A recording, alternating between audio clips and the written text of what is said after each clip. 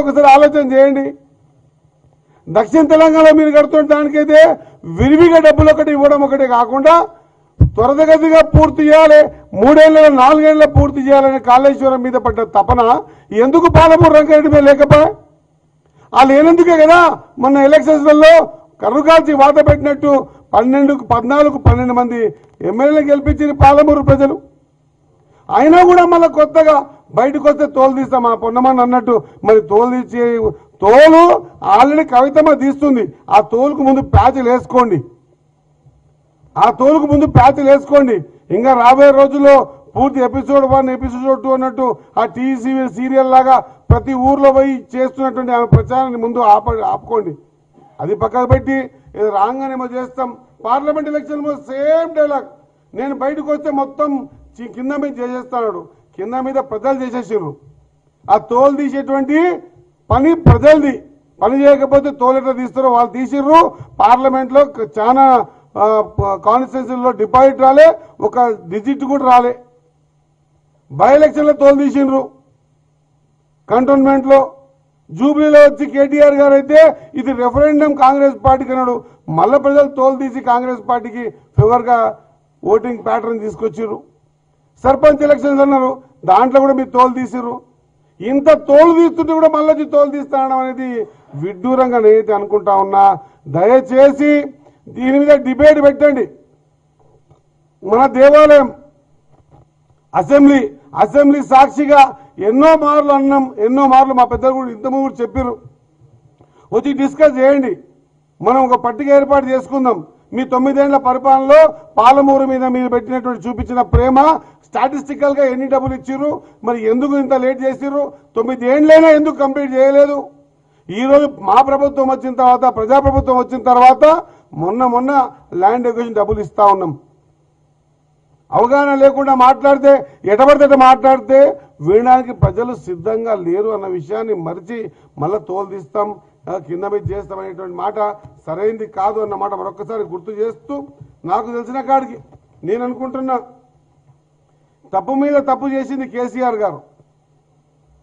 ఇంతకు జూపల్లి కృష్ణరావు గారు చెప్పినట్టు అసలు క్లియరెన్స్ తీసుకోకుండా, డబ్బే పెట్టకుండా, మీకు ల్యాండ్ ఎక్విజిషన్ డబ్బులు ఇవ్వకుండా అయిపోయి జాతికి అంకితం చేస్తున్నా అనే మాట శుద్ధ అబద్ధం, తప్పు కూడా. అది ప్రజలు ఒకసారి పోతారండి, 2 సార్లు మాటికి మోసపోవడానికి ప్రజలు కూడా సిద్ధంగా లేరు అన్నమాట మరొకసారి గుర్తు చేస్తూ, మీకు సంబంధించిన మీ కుటుంబ వ్యవహారాలలో మీకు బిడ్డ తోలు తీస్తుంది, ఎక్కడ మొత్తం గబ్బులు వేస్తుందని చెప్పి బయటకు వచ్చి ఇప్పుడు మళ్ళీ తోలు తీస్తామన్న మాట సరైనది కాదు అన్నమాట మరొకసారి గుర్తు చేస్తూ, మాకు తెలిసినంత వరకు ఈ రోజు వరకు కూడా మా ప్రాంతంలో, పాలమూరు ప్రాంతంలో ఉన్నటువంటి ముంపు గ్రామాలు కానీ, దానికి సంబంధించిన కాలువల విషయంలో కానీ ఇప్పటిదాకా మీరు డబ్బు ఇవ్వకుండా 9 సంవత్సరాలు 1,00,000 కోట్లు అప్పు చేసి ఆ అప్పుని కాళేశ్వరం ముంచి ఈ తెలంగాణ ప్రజల మీద ఇంత పెద్ద పెనుభారం పెట్టి ఈరోజు తెలంగాణ డెవలప్మెంట్ కాకపోవడానికి కారకులు ఎవరో యువత ఆలోచన చేస్తూ ఉంది,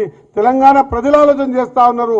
ఇంత ఆర్థిక భారం పెట్టిన తర్వాత కూడా 1 ఎకరానికి కూడా పాలమూరు రంగారెడ్డి ద్వారా నీళ్లు ఇవ్వయి పాపన పోకుండా టెక్నికల్గా చాలా తప్పులు చేసి అది తాగునీటి కోసం అని చెప్పి ఆ తర్వాత మళ్ళీ దాన్ని లేదు వ్యవసాయానికి అని చెప్పి మీరు చేస్తున్న తప్పులు ఇంకా ఖచ్చితంగా ప్రతి గడపకు చేరినాయి. ప్రతి వ్యక్తి ఆలోచన చేస్తూ ఉన్నారు, పాలమూరు ప్రజలు ఆలోచన చేస్తూ ఉన్నారు. అడగకపోయినా నేను నిలబెట్టి తెలంగాణ ఉద్యమాన్ని కాపాడి తెలంగాణ తెచ్చుకోవడానికి పాలమూరులో గెలిచినటువంటి సీటు కారణభూతమైందని కూడా మరిచి మీరు చేస్తున్న విధ్వంసం ఇంత అంత కాదు. ఎవరు కూడా సిద్ధంగా లేరు. మా పొన్నమన్న చెప్పినట్టు మీరు తోలు మీ కవితమ్మ తీస్తుంది, ముందు ఆ తోలుని తీసుకునే కార్యక్రమాన్ని ఆపుకోవాల్సిందిగా కోరుకుంటూ, ఇంకా ఇటువంటి మాటలు ఇంకా మాట్లాడుతుంటే అదేదో చమత్కారం చేస్తా అని చెప్పే మాటలు ప్రజలు విశ్వసించే పరిస్థితి లేరు. అమ్మ పులి వచ్చే కథ మాదిరిగా అది పులి రాదు, వచ్చిన రోజు మింగేసింది 2023 డిసెంబర్ 3 తారీఖే, తర్వాత ముందుకు వచ్చే పరిస్థితి లేదు అన్న విషయాన్ని గ్రహించుకొని నడిచి మీకున్న గౌరవాన్ని కాపాడుకోవాల్సిందిగా, మిగిల్చుకోవాల్సిందిగా నేను ఈ వేదిక ద్వారా తెలిసి ముగిస్తా ఉన్నా. Thank you.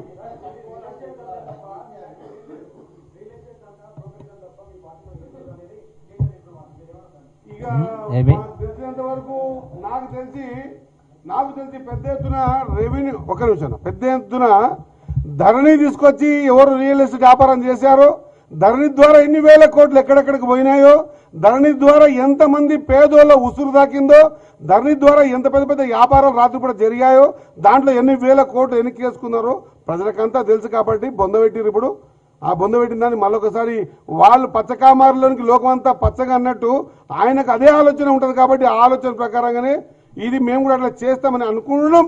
ఆయన భ్రమ అంతే నేను అనుకుంటున్నాను. Thank you.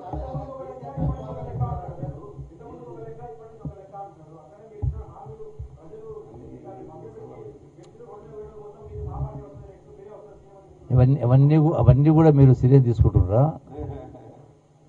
మాటల గారడి. ఇదే మాటలు గతంలో 2023 ఎన్నికల ముందు చెప్పిండు. కారు సారు 16 అని. ఏమైంది? 23లో ఏమైంది? మొన్నేమైంది? జూబ్లీస్ ఏమైంది? ఇవన్నీ కూడా ముందు చెప్పిన కదా. ఇప్పుడు ఎందుకు కేసీఆర్ ఫామ్కి వెళ్ళి బయటకు వచ్చిందంటే ప్రధానంగా మొన్న 2023 అసెంబ్లీ ఎన్నికలు, తర్వాత పార్లమెంట్ ఎన్నికలు, మన జూబ్లీ సెలక్షన్, ఇప్పుడు పంచాయతీ ఎన్నికలు కూడా ఇద్దరు కలిసి పోటీ ఏమి రాలేదు. కాబట్టి పూర్తి పార్టీ మనుగడనే ప్రశ్నార్థకమైంది. కాబట్టి ఏదో 4 మాటలు మాట్లాడి మళ్ళీ అదే గాడి చేద్దామని ఒక ప్రయత్నంలో భాగం తప్ప ఇంకొకటి కాదు. Thank you.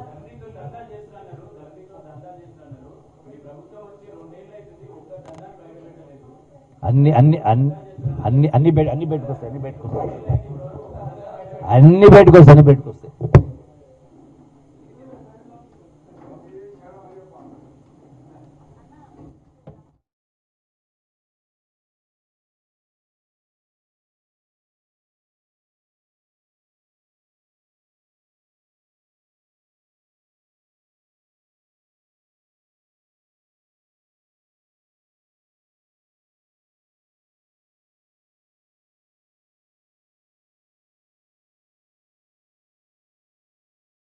వస్తాని 2 సంవత్సరాల తర్వాత వస్తూనే ఏమన్నాడు? తోలు తీస్తా అన్నాడు. అసలు బయటికి రావడానికి కారణం తెలుసా?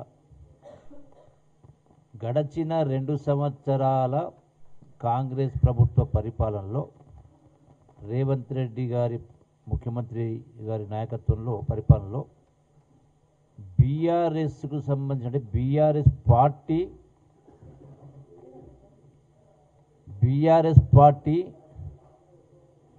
మొత్తం కండలన్నీ కరిగిపోయినాయి. బీఆర్ఎస్ పార్టీ తోలు మాత్రమే మిగిలింది.